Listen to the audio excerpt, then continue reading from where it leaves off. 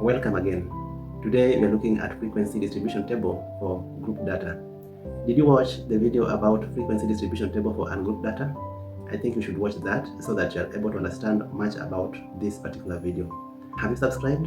If not, then you should subscribe so that you get notification whenever we post new videos. I'm your honest teacher Mike, and today I'm going to take you through step by step preparation of frequency distribution table for group data and even answering questions. Let's dive into the activity of the day. Now, to work a frequency distribution table for group data, you need to know the following basic concepts. This includes class, midpoint, intervals, class boundaries, and also the class limits. So I will explain one after the other. So what is a class? A class is a range of values in which data can be divided in a group frequency table. For example, we can divide our data in this manner: class of 10 to 14, 15 to 19. These are two classes which are adjacent to each other. So that means that the values 10 and other values in between 10 and 14 are the values that fit in the first class here. And then the value 15 and other values in between 15 and 19 are the values that can be accommodated in the next class. That is what we mean by classes. Let me give a different example. I say 20 to 29, 30 to 39. Then we're talking about that the first class here, 2029, that one includes values which include 20 and also 29, and the rest of the other values in between 20 to 29.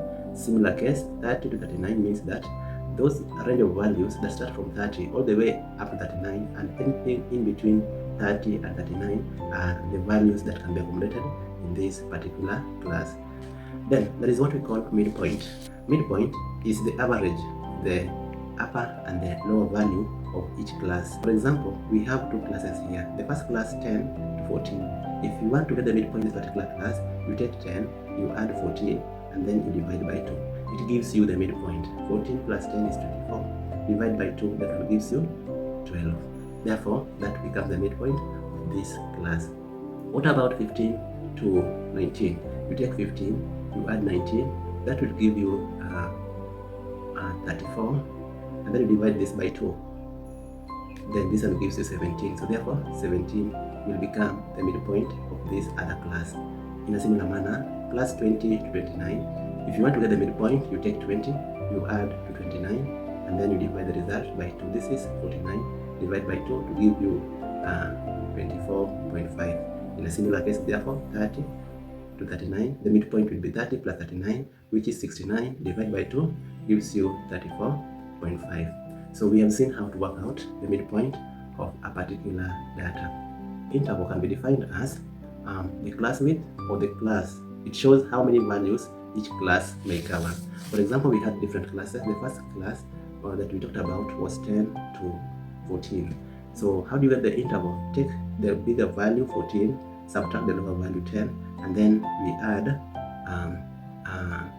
1. Why do we add 1? Because if we take 14 minus 10, it means that we are discriminating that 10 is not among the numbers.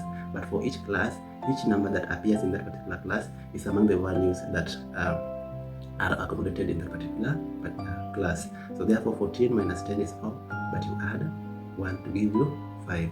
In other way, in which you can determine the range of values, you can just list them. We're talking about 10 all the way to 14. So which numbers are in between?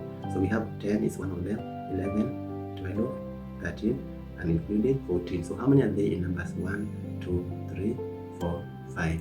So that is the easiest way of determining the class interval, by listing the numbers in that particular class and then you count them. We had also other classes like 20 to 29, and again let us see what is the class interval for the class 20 to 29. If our class was 20 to 29 or 30 to 39, what is the interval? We take 29 minus 20, this one gives us 9, but you add 1 to give you 10, or 39 minus 30, that one gives you 9, and then you add 1 to give you 10. So in this case, the class interval in each case is 10. In other words, you can arrange the numbers. We have 20, 21, 22, 23, 24, 25, 26, 27, 28, and 29. And you now count them 1, 2, 3, 4, 5, 6, 7, 8, 9, 10. We are able to see that the values in that particular class, they are actually 10 the way we have found. What is a class limit? Class limit is actually the smallest and the largest value that that particular class may contain. So like for example, we had a class 10 to 14. The smallest value that this particular class may contain is 10 and the largest value is 14. So we have two types of class limits. The bigger value, we call it upper class limit, and the smaller value, we call it lower class limit. So that is what we mean by the class limits, the class boundary. So if we had our frequency distribution table and we had this particular class as 10 to 14, the next class will be 15 to 19, and then maybe 20 to 24. If you look at this from 10 to 14, and then the next class will start from 15. There is 1 unit in between 14 because 15 minus 14 is actually 1. So there is 1 unit in between them. So to avoid this, we can make these particular classes have the true boundary between them so that we don't have any gap between the classes. So, and how do you do it? You take this difference between them and then you divide by 2 to give you 0.5. So therefore, you are going to subtract 0.5 from each lower class limit and add 0.5 from each upper class limit.